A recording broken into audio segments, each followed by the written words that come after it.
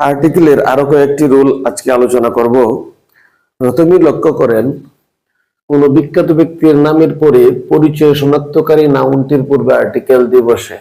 I would like to meet Messi.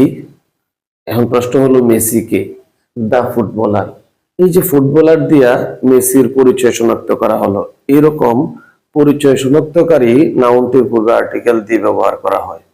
পরবর্তী এই নিয়মটি লক্ষ্য করেন, কোন বিখ্যাত ব্যক্তির সাথে কারো তুলনা করলে ওই বিখ্যাত ব্যক্তির নামের পূর্বে আর্টিকেল এন বসতে পারে।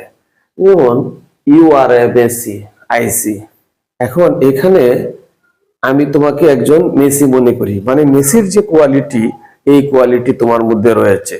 এইরকম ক্ষেত্রে আমরা ওই বিখ্যাত ব্যক্তির নামের পূর্বে আর্টিকেল ব্যবহার করব। সুপারলেটিভ ডিগ্রি মোস্ট দ্বারা যদি তুলনা না বুঝিয়ে বিশেষ অবস্থা বা গুণের উপর জোর দেওয়া হয়, অর্থাৎ ভেরি অর্থে ব্যবহৃত হয়, তখন দিয়ে না বসে আর্টিকেল এ বসে। He leads a most happy life. এখানে দেখেন, he leads a very happy লাইফের জায়গায় দিতে পারছি he leads a most happy life. তার মানে এখানে কোনো তুলনা বোঝানো হয় নাই, কারো গুণের উপর বা অবস্থার উপর বিশেষ জোর দেওয়া হয়েছে। এই ক্ষেত্রে আর্টিকেল দিয়ে না বসে আর্টিকেল এ বসে।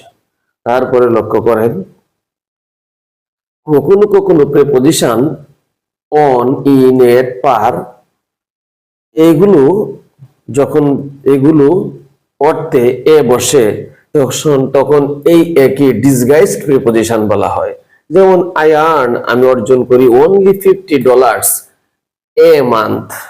এখন লক্ষ্য করেন, এখানে ইন মান্থ মানে মাসে আমি, বা পার মান্থ প্রতি মাসে আমি মাত্র $50 অর্জন করেছি। পার বা ইনের জায়গায় এখানে আর্টিকেল এ ব্যবহার করা হয়েছে।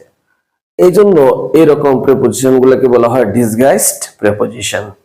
এরপরে কিছু ওয়ার্ড লক্ষ্য করেন, few, little, lot of, good many, good deal, great many. এখানে কিছু ওয়ার্ড এবং কয়েকটি ফ্রেজ রয়েছে। এই ফ্রেজগুলোর পূর্বে আর্টিকেল এ বসে সব সময়। এগুলাকে অবশ্যই মুখস্থ করতে হবে।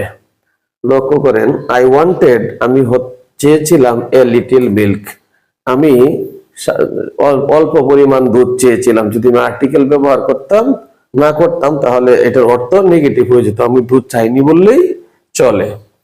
হি হ্যাজ আর্ন, সে অর্জন করিয়াছে, এ লট অফ মানি। দেখেন, লট অফ এর আগে আর্টিকেল এ বসেছে, এটা দ্বারা কি প্রকাশ পেয়েছে? প্রচুর অর্থ। তার মানে গ্রেট মেনি, গুড ডিল, এই ফ্রেজগুলো দ্বারা প্রচুর প্রকাশ